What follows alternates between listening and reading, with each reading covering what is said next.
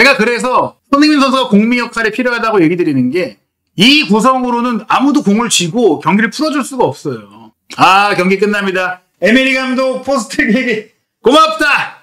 고맙다! 얘기하고 있어요. 전반전 우리 좀 똥줄타게 해줬지만 결국에는 후반전에 열어뒀구나. 경기가 이렇게 마무리가 됐고, 토트넘은 결국 올 시즌 리그 21번째 패배로 자체적으로 한 시즌 역대 최다 리그 패배를 확정했고, 공식 경기 25번째 패배로 토트넘 창단 이후 한 시즌 공식 경기 최다 패배까지 당했습니다. 아주 토트넘 입장에서는 또한 실망스러운 경기였다고 할 수 있는데요. 그래도 이날 경기의 전반적인 운영은 포스테코글루 감독이 유로파리그 결승전을 대비한 전술도 체크해보고 또 손흥민 선수가 이날 굉장히 오랜 시간을 소화를 하면서 경기 체력을 끌어올렸고요. 정확하게 74분을 뛰고 교체가 됐는데 추가 시간 전반전을 포함한다면 거의 77, 8분 정도를 뛰었다고 할 수 있겠죠. 그렇다면 이제 부상 이슈는 다 털어냈다. 물론 슈팅할 때 조금 주저하는 모습들도 있었고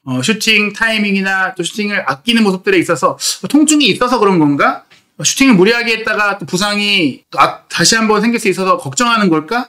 그런 생각도 잠깐 해봤지만 한 차례 좋았던 슈팅 장면을 생각해보면 그렇기보다는 손흥민 선수가 좀 경기 감각을 끌어올리는 게 필요했을 것이다. 이렇게 생각이 되고 그리고 이 경기는 사실 토트넘이 조금 후반전에 교체를 잘 했다면 포스테코글루 감독이 분명 이 경기를 단지 그냥 로테이션 못 뛰던 선수들에게 기회 주는 그런 경기로 삼지는 않았을 거라고 생각을 해요. 그렇기 때문에 사실 실망스러운 겁니다. 선수 교체 타이밍을 조금 선제적으로 가져가면서 아쉬웠던 모습을 보여줬던 테리라든지 무어를 좀 빨리 교체해주면서 솔랑키, 손흥민, 그리고 히샬리송 이렇게 주전 공격 조합을 일부 시간 한 15분 정도라도 좀 써봤으면 그러면 사실 토트넘이 선제골을 넣으면서 조금 더 좋은 경기를 할 수 있지 않았을까라고 생각이 들었던 경기 내용이었거든요. 무어는 지금 확실히 프리미어리그급이 아니에요. 무어는 빨리 좀 임대를 보냈어야 돼요. 그 판단도 좀 늦었던 게 저는 좀 아쉽다고 생각을 합니다.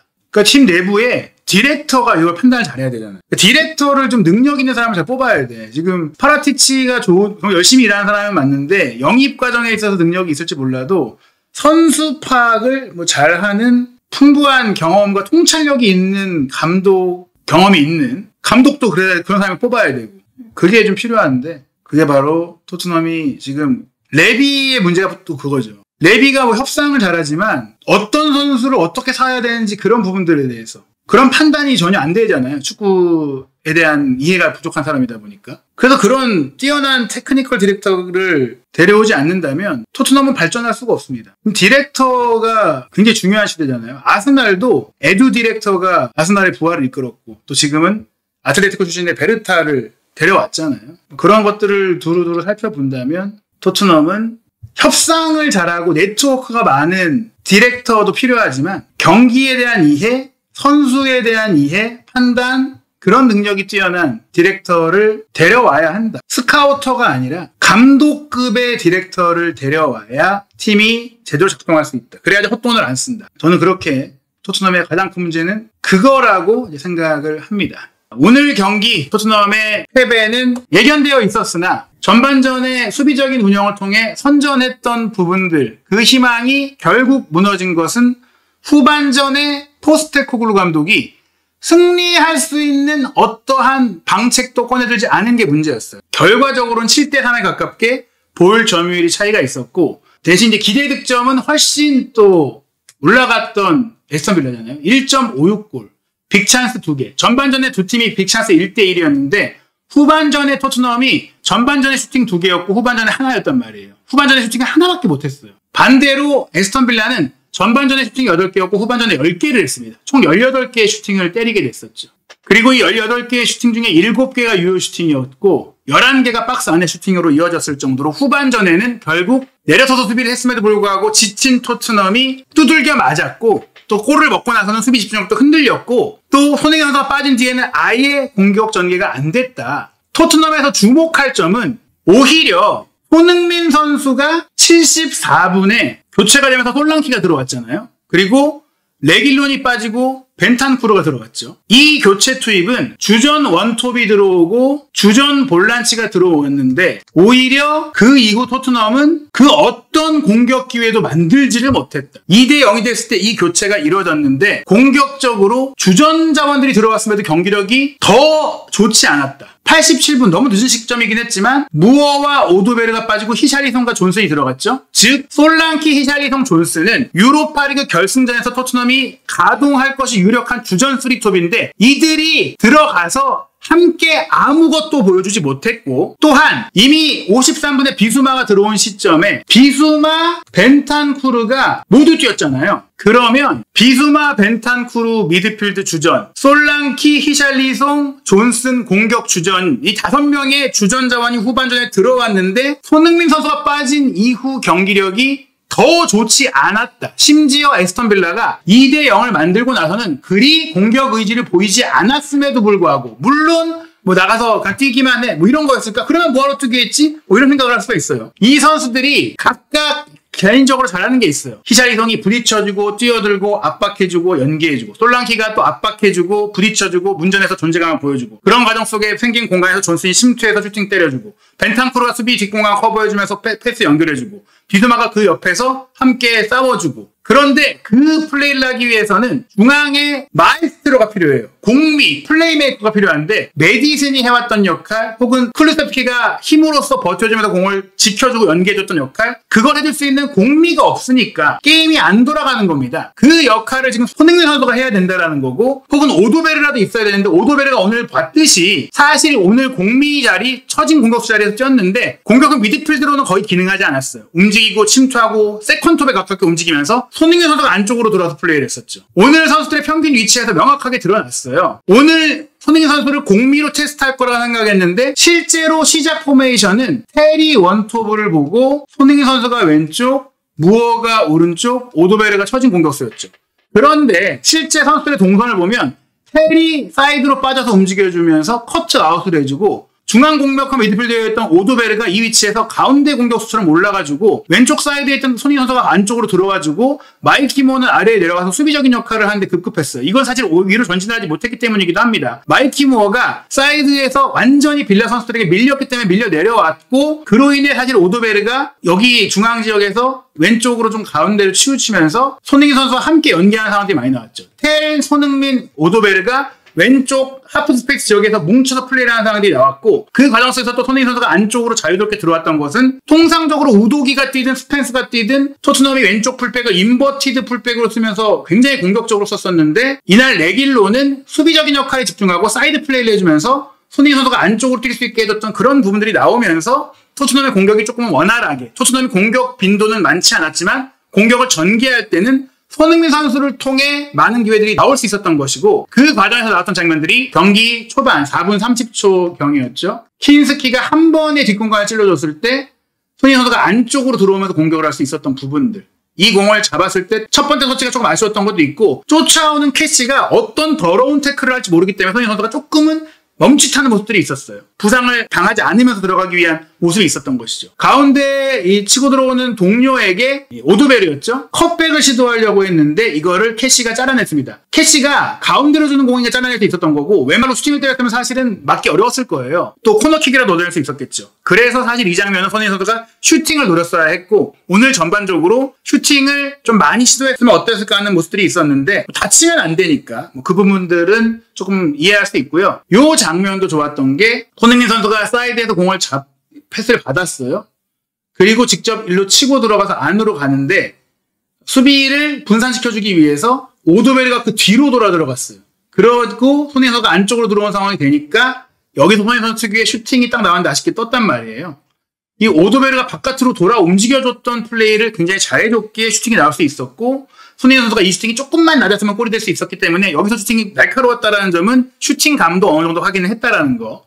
그리고 또 이 장면은 오도베르가 역시 또 한번 이 중앙 이선에 있다가 앞으로 치고 올라가고 중앙에 있던 텔이 사이드로 빠졌거든요. 그러면서 사이드에 있던 손흥민 선수가 중앙으로 들어가서 손공미 역할이 또 됐잖아요.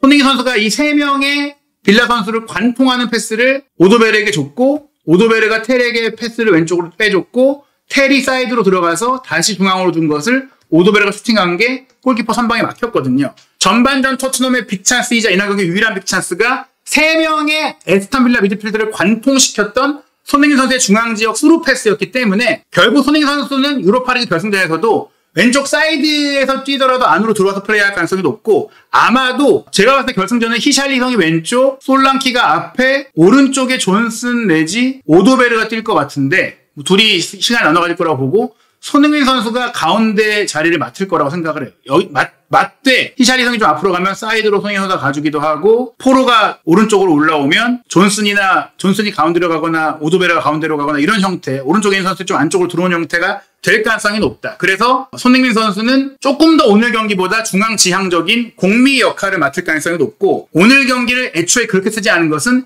맨유가 그 패턴을 보고 대비할 수 있기 때문에 저는 오늘 그 패턴을 조금 숨겨놨다라고 생각을 합니다. 그래서 유로파리그 결승전은 오늘보다 토트넘의 경기력이 나아질 거라고 생각을 하고요. 그리고 토트넘의 실점 장면은 토트넘이 세트피스 수비를 잘 준비해야 된다고 생각을 해요. 뭉쳐 있었죠?